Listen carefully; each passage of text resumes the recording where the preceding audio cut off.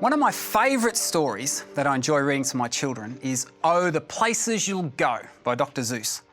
And it traces the journey of a little character and starts with, congratulations, today is your day. You're off to great places. You're off and away.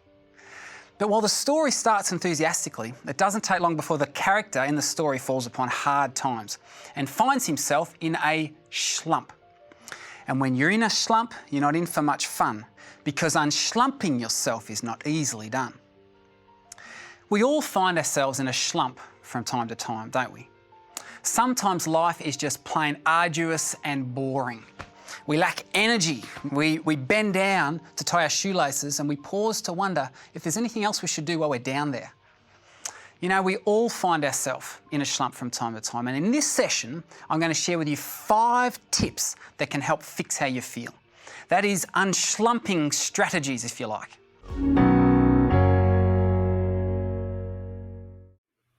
Good afternoon, good morning, good evening. I am Dr. Sal. I am the Medical Director for Lifestyle Medicine Institute and the CHIP program, so welcome. And I typically say good morning, evening, and afternoon because now we have people literally from all over the world being involved in the show. And even as far as Australia, we had people from Hawaii on one of the last sessions. So welcome to all, no matter what time zone you're in. And I love Dr. Morton's introduction talking about being in a slump, because at this time in our lives, it seems like we're really bombarded by so many things that can put us in a slump. So we have to figure out how do we get out of that slump. And Dr. Morton's going to talk to us about it. Our session actually today is pre-recorded because Darren is living in Australia. So they're about 17 hours ahead of us. So we had to pre-record the session. And just actually as a reminder, these sessions are also recorded. So if you miss one of the sessions, we'll give you the link at the end and you can take a peek. It's actually we have it up on the screen now. You can take a look at that. It's chiphealth.com/Ask Dr. Sal. So that'll give you some information. But let me introduce Dr. Morton. Dr. Morton is a friend of ours. He's a peer, a colleague, a great presenter. I've heard him numerous times. And if you haven't heard him in the past, he is so funny and so engaging. He is a professor at Avondale University in Australia. He's a director of lifestyle medicine and health research there, and he is a fellow of the Australasian Society of Lifestyle Medicine. And believe it or not, he is one of 4 individuals worldwide that was involved in writing the questions for the certification exam for the American Board of Lifestyle Medicine, which is a fabulous certification that I took a number of years back. And you know, worldwide, there's only a few thousand people that are certified, so we need more people that would like to be certified in lifestyle medicine. Dr. Morton is also an author of 4 books, 60 publications. He's a world expert, and you'll have to hear more about this, on the runner's stitch. He is passionate about an evidence-based approach to optimizing human function and helping people live their best lives. He says that very often, and I know that he's actually very passionate about that. He is a role model for healthy living. He's also the developer of the LIFT program, which you'll hear more about. And at the end, I'll talk more about that. And he's there is a special offer, and we'll put that up on the screen also, to get a 25% discount for being involved in the LIFT program. And the program in and of itself now is worldwide. It's being used in 10 different countries. So without further ado, I will ask our producer, Daryl, to put up the pre-recorded session, and you'll enjoy that. And I will come back at the end. So enjoy this session with Dr. Morton. Oh, it's good to be with you, Dr. Sal. It's this is actually a real pleasure to regroup and connect with the CHIP community again. When you opened up by saying good afternoon, I thought, is it? Right. It's morning time over here, and obviously for you late at night. But no, it's a real pleasure to be with you. It's great. Absolutely. You know, and I'm really anxious to talk about this because, you know, the just for today's show, the topic for today's show is really to fix how you feel. And we all know, and you guys are suffering from this on the other side of the world as we are here, the pandemic has created such a problem throughout the world, and people are dealing with depression and anxiety and insomnia and just bad feelings overall. So this show is really apropos, and we're really anxious to hear about the 5 tips that you talk about, and really to be able to help the audience understand how they can actively feel better.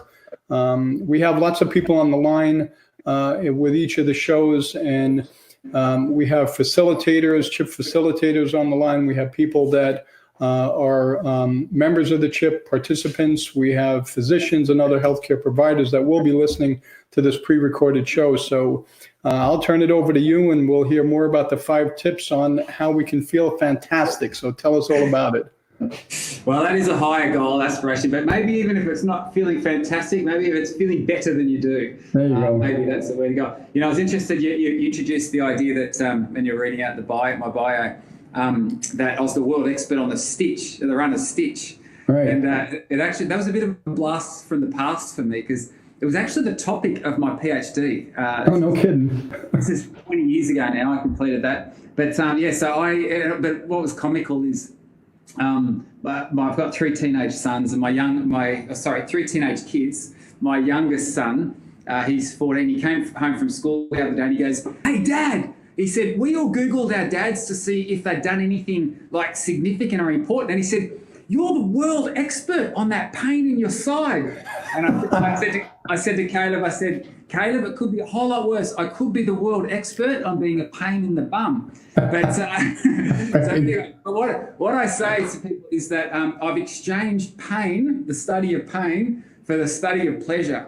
And that's really where my research focus is nowadays, looking at how do we support people to be in a better place emotionally, really focusing on mental well-being. And this has been a long-term interest of mine, even going back when we were developing CHIP, and CHIP is really focused on, obviously, or largely focused on chronic physical conditions, so the heart disease and the diabetes.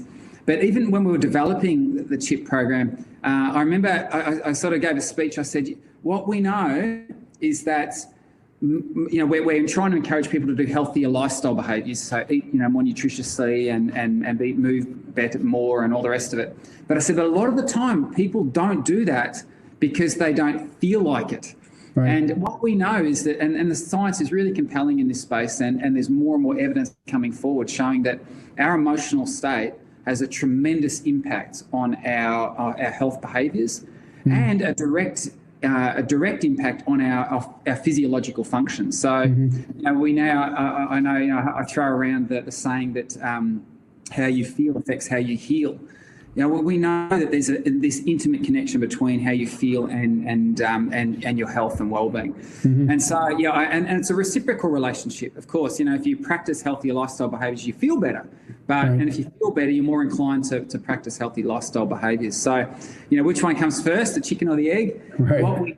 What we definitely can do is take action on the things that we can control.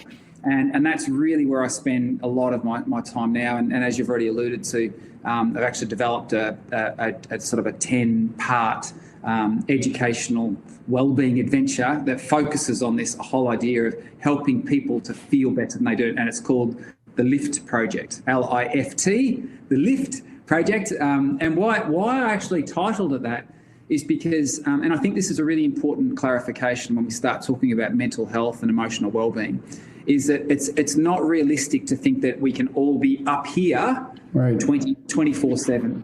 There's, wise Solomon said there's a time for everything. And, the reality is there are times when we go through, hard events, where things are challenging. And we can feel down, and it's appropriate even for us to feel down. We have, what we would refer to as negative emotions for a reason. They serve a purpose. But, it's my absolute belief and conviction that most of us, most of the time, can be taking a couple of steps up the feel-good ladder, if you like. Right. And as I said, when we do that, and that every aspect of our life goes better for us. We're in a better place to to, as I said, follow through on healthy behaviours. But we're actually in a better place even to contribute and make a contribution, because we can't pour from an empty cup. I think we've all experienced that to a certain extent. So look, I'm very, very passionate nowadays, and my prime emphasis is, what can we do? How can we help people to be in a better place emotionally? And so we're going to look at actually the same 5 tips that I shared in the in CHIP. What we know is that since creating CHIP, the science has progressed even a lot further in this space. And so really, we'll look at 5 tips. There are a whole lot more than them. As I said, in the LIFT project, I actually examine and explore 10 tips in total. But let's start with it. So number 1, but what we're discovering, and this is a really exciting thing to my mind that's come in the last, probably in the last 5 years or so, so even since creating CHIP, is that your food feeds your mood. And so one of our first tips that we talked about was eat nutritiously. Right. And so the science, in fact, we have a colleague here in Australia, Professor Felice Jacka, who runs at Deakin University the Food and Mood Clinic. And she's actually a psychiatrist, and she's done a lot of work now just showing this connection between when people change their eating patterns. It actually does a tremendous amount of good for their mental wellbeing. So they're using nutrition therapy as a treatment for depression. Why is this the case? What's really fascinating, if you look at the science behind this, you actually see that people who can, and these are big studies in the UK. They actually had over 80,000 people involved in these epidemiological studies, and what they found is that there's this dose-response relationship between the amount of fruit and vegetables people consume and their reported levels of happiness. So as you eat more fruit and veggies, you look at a population level, you actually get an increase in the amount of happiness that people report. And it actually plateaus out at a certain number of fruit and veggie servings. And because obviously it's going to plateau somewhere, so you can't get indefinite levels of happiness. But it seems about sort of 8 to 10 serves of fruit and veggies makes a measurable difference to how we feel. Now, what's interesting about that, you start to ask the question, which is what I alluded to at the onset, is it just that happier people tend to eat better? Because that could be the case. It's definitely, if you're in a better place emotionally, it's easier to follow through on good health behaviours. Or is it that eating better actually causes you to be healthier? And so some New Zealand researchers did some really interesting work where they looked at people's eating patterns over an extended period of time, and they looked at their mood states over the same period of time. And what they discovered was really fascinating to me, is that people tend to feel better the day after they've eaten better. So there's actually this lag time of almost a day. And the researchers for a while thinking, what's going on there? And then nowadays we know what the rationale for this is, and that is that it relates to our gut microbiome. Right. And this is one of the most fascinating areas of modern medical research. We now know that you have about 100 trillion, right? That's a big number, 100 trillion bacteria in your guts, which is, by the way, about 10 times more than the number of human cells you have in your body. Right. So, it's great for your self-esteem. I don't know about you, Dr. Sal, but to know that, we're actually 10 times more microbe than we are human. Right, exactly. It gives you a lift, doesn't it? So anyway, but what we know is the health and the happiness of this gut bacteria is intimately connected to the health and the happiness of our body and our brain. And so there's this reciprocal relationship between the two. And most of that gut bacteria live at the end of our, in trying to think in imperial speak, 22 feet or so of intestine. They live right at the end. And so explains why what we eat today passes through our system, gets to the end, and when they feed off it, if it's good food and they enjoy it, then they sort of spread, I suppose, the cheer to our brain, and actually makes us feel better. And we know, which I think is such a powerful message, and just confirms all that we've been talking about in CHIP for many years now.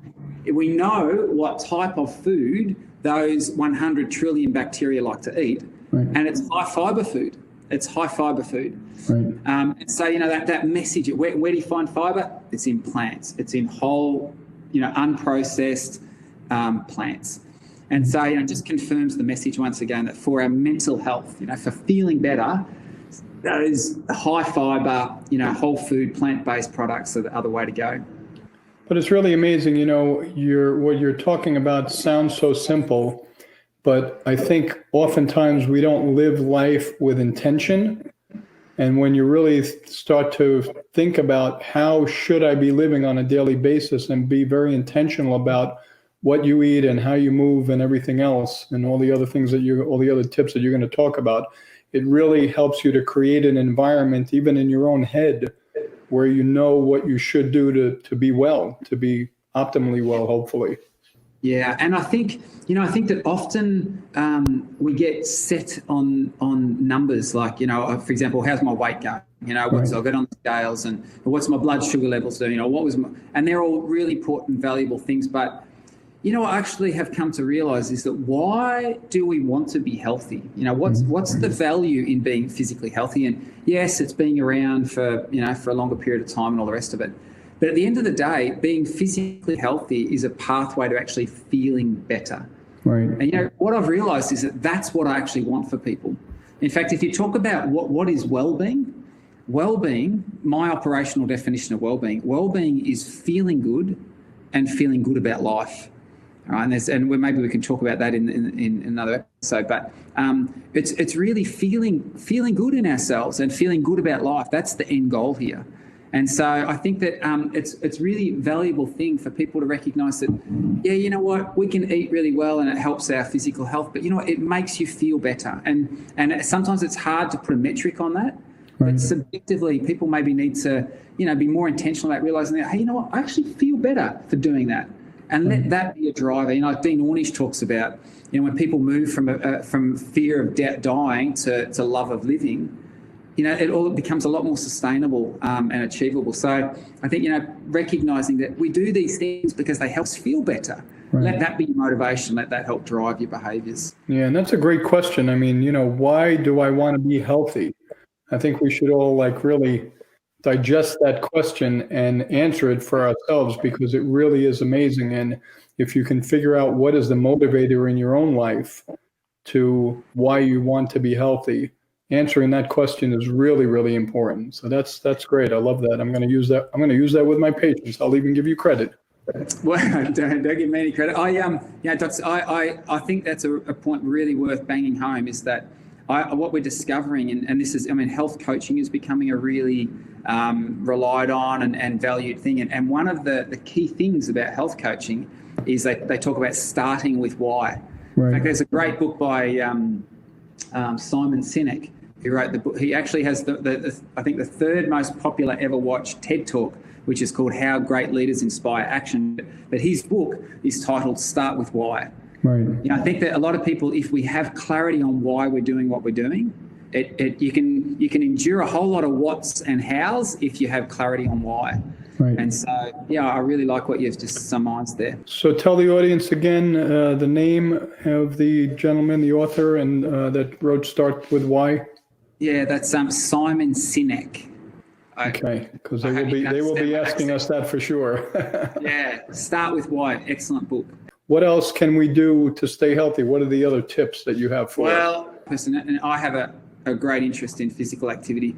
And you notice I actually tend to use the word being just moving or being active nowadays, because for many people the word exercise conjures images of pain and sweat and all these things that they don't want to endure. But what we know is it doesn't need to be the case. We know that moving your body is probably the most powerful and yet least utilised antidepressant we have available to us. Right.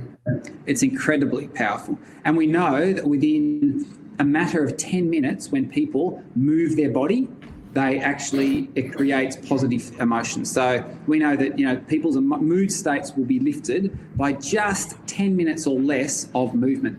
And I noticed that you and I was going to say that. We know that this is some of the evidence coming through is that it doesn't have to be intense, doesn't have to be crazy hard. No. I have a standing workstation, obviously like you do. It doesn't mean I stand all day. Sometimes I sit. But what we know is that when it comes to your body, standing is better than sitting. Walking is better than standing. dancing is better. The more dynamically you can move, the better you will be in terms of your mood lift. And look, there are studies now showing that a physical movement, physical activity, regular physical activity is as effective as antidepressant medications for relieving depression. And so it's a powerful medicine. Exercise is medicine. We need to have clarity on that. And it's interesting that you mentioned dancing, because it's one of the things that I tell some of my patients to do. I'll see sometimes an older individual who's having some cognitive deficits, and I'll ask them, do you dance? Are you learning a new language? I mean, the things that we do repetitiously, we already know how to do, but moving is great, as you just mentioned, but moving in a way that you don't normally move, and learning how to dance or learning a new language is amazingly powerful for the brain. So thank you for bringing that one up. Yeah. Hey, so while you're moving, this is the third tip. So we've spoken about, eating nutritiously, moving dynamically. The great place to move is outside. And I find this really fascinating, the science that's coming through here, just showing that when people are connected to nature, we sometimes refer to it as vitamin N, vitamin nature. We know that that it is very, very good for people's emotional well-being. And one thing, my little saying in the Lift project, we have one whole lesson dedicated to the healing power of nature and the value of getting outside. And the lesson is titled "Blue and Green Should Often Be Seen." The idea of getting out to these natural environments. One thing we're discovering that is very important is access to bright natural light. And what it seems like, and from our best estimates, it seems like us humans need about exposure to about 10,000 lux of light, which is just the intensity of light, for at least 30 minutes each day to be emotionally well. This is why in places in high latitude, where during the winter months where they have very low lighting, we know that that seasonal affective disorder, or SAD, is a common phenomenon associated with low mood, depression, even suicide, which is tragic.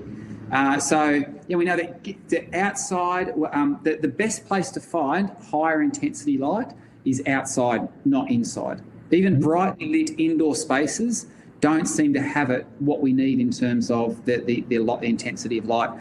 So outside, and there's something therapeutic, and we're only just scratching the surface in terms of the science of why this is the case, but there's something about just natural environments, just the blue and green spaces that are really good for us. There's a study conducted in New Zealand, which is a country not far from Australia, and they actually mapped in their capital how much blue and green space was around, the different suburbs and different communities, and they actually found that for if they doubled the amount of green space, blue and green space around that community, there was a 400% reduction in depression and anxiety symptoms. Wow.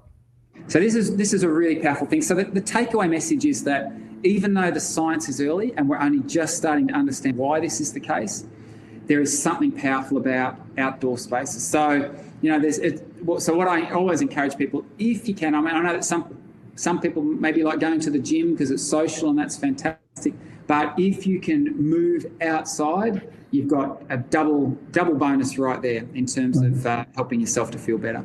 Right. So for all the runners, it's better for you to get outside and run, because if you're running inside a gym, that's not supposed to be a social activity. You're supposed to be exercising. So get outside, like I know you do and I do. We get outside, and it's really interesting. Even though I live in Florida, we did this with the 19,000 people that we had on the health plan when I was working for Lee Health. We would check everyone's vitamin D level, and the far majority of people were actually vitamin D deficient. So I think sometimes we spend time outside, but we're either clothed, and hats and sun visors and such, and sunscreen. Being outside for 15, 20 minutes a day without any sunscreen on is really helpful. Vitamin D is really more like a hormone than a vitamin. So we really need that. So your advice about getting outside and getting the blue and green is so important. So we have our third tip. So what's our fourth tip now? Fourth tip I call rest well, and look, there are different aspects of that, but obviously we know prioritizing sleep. And it's really easy. There's a saying the best way to lengthen the day is to steal some hours from the night. And we all tend to do this, with the invention of the light bulb. Thanks very much, Thomas, for your creation. But what it did is gave us the ability to turn night into steaming day. And what we know, that's really played havoc with our sleep patterns. It's probably got worse of late in that now we have these screens that we watch that actually emit a blue-tinged light. Which, and I won't go into the science behind this, but that blue-tinged light actually wakes up our brain. And so it's little wonder that so many people now are struggling with insomnia. We have these devices that we are on till, just before we go to bed, and these devices, the light that's our eyes are receiving is effectively waking us up. And so, trying to, what I encourage people to do is put the screens down, in the last, couple of hours before bed if you struggle to sleep, and go back to the old school way of getting a book or, doing these activities that calm us down instead of keep us awake. So resting well is really important. The other aspect of resting well that's become very, very of great interest over the last few years in particular is the whole idea of just being more mindful in the things that we do and actually, taking time. The problem is our brains nowadays are bombarded by so much information that they're mind full. Our minds are full. And there's sort of a real intentional, thing that we can do now where we actually go, I'm not going to focus on all this stuff. I'm just sort of going to focus on one good thing. And just having quiet times where our brains can just, relax, just sort of not be busy, just be, focus on one good thing. And we can do that in a variety of different ways. Even moving is, walking, say in a natural environment, just really tuning in, say, to the sounds of birds that you might be able to hear around you. Or I think these sorts of just quiet times for our brains, we know is really important for helping our brains to be calmer. We know, I've just looked at the statistics coming out of the US, and it's the same here in Australia.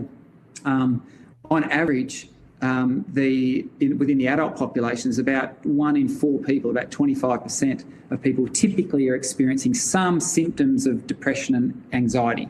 The last report was now that's snuck over 50%, obviously in these pandemic times. So many people are really, really struggling, and it's more so anxiety than depression at the moment. And because anxiety is when we're all geared up in our systems are like, we're in this state of fight or flight. We don't know what's going on. We're anxious. We're concerned about all these things. And then obviously there's a link between anxiety and depression, because you can only sustain that for a certain period of time. And then after a time you start to give up and like, what's the use? And then, lapse into depression. So, that whole anxiety is often fed by there's too much going on. Our brains are too busy. So intentionally having those times where we go, just going to sit and be still or just move and just focus on one good thing. Just let the other stuff go for a while. Our brains need that quiet time. Yeah, and you talk about focus and really being intentional, and the purpose of sleep. It's really necessary to restore our brain function and such. So one of the things that I do is I make sure that I set my alarm clock for when to go to sleep. And it's really funny because some of my friends will be like, it's 10 o'clock. I know you're going to sleep now, so we have to get off the phone. But, it's important to know when you have to go to sleep, especially if you're setting the alarm clock to get up.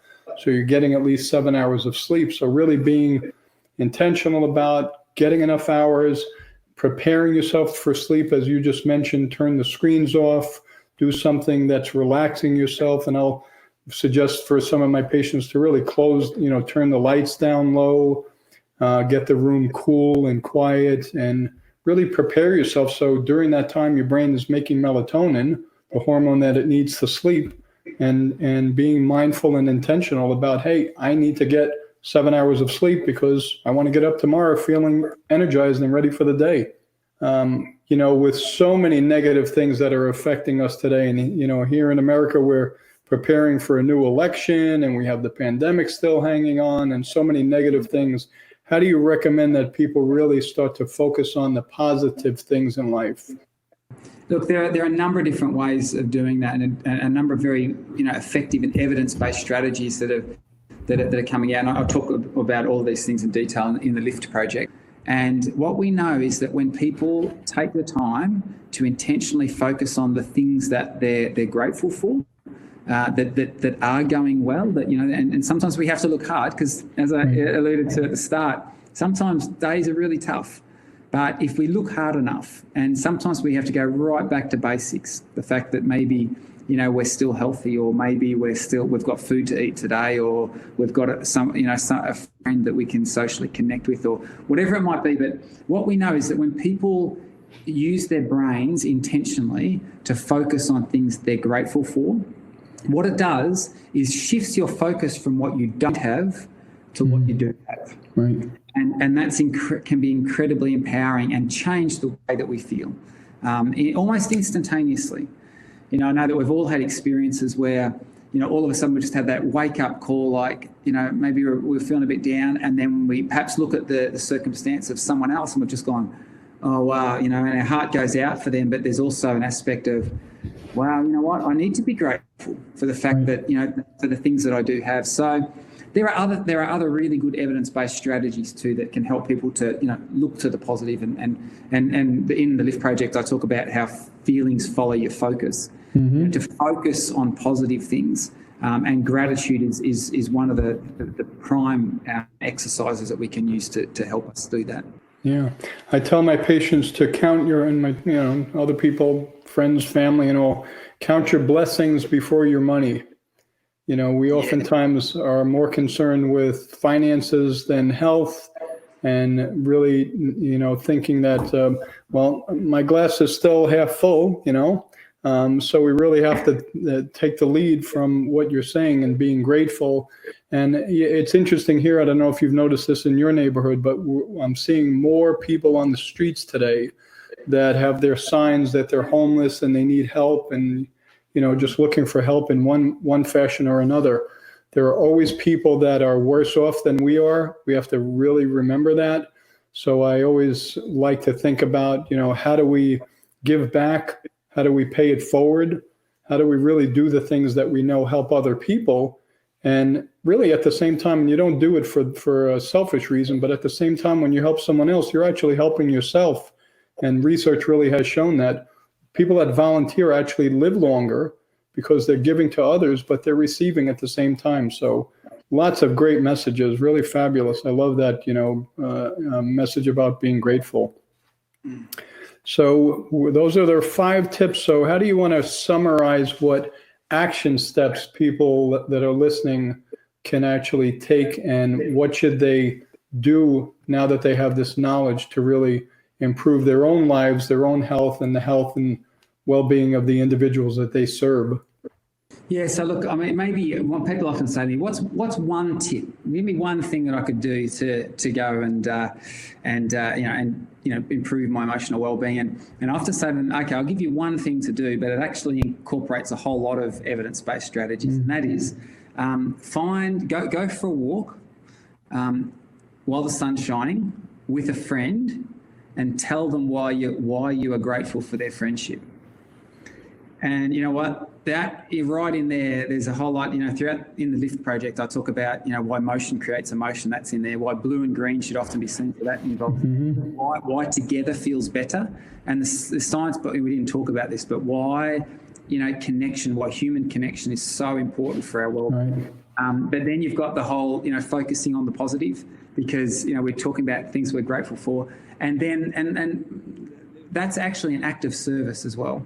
Right. Because actually what we now know, and you alluded to it really beautifully, that whole idea of giving is living. We actually know that when people serve, when people contribute, when people lift others, they are lifted in themselves. There's a great saying that says, we rise by lifting others. Right. And so by doing that activity, so find a friend, and look, even if you have to do it on your phone and go for a walk with them and zoom into each other or whatever it might be, but to go for a walk whilst the sun's shining with a friend and share with them why you're grateful for their friendship. Have a try at it. I challenge you, and I'm sure you'll find it uplifting.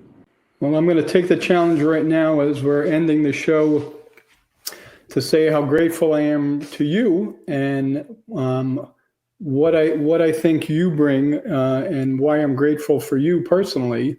I think you bring a tremendous value to this whole world of lifestyle medicine, not only as an educator, but as a champion for lifestyle medicine, someone that really lives the life itself. And that's always a pleasure to see, that somebody really walks the walk and talks the talk. And I know you run the run.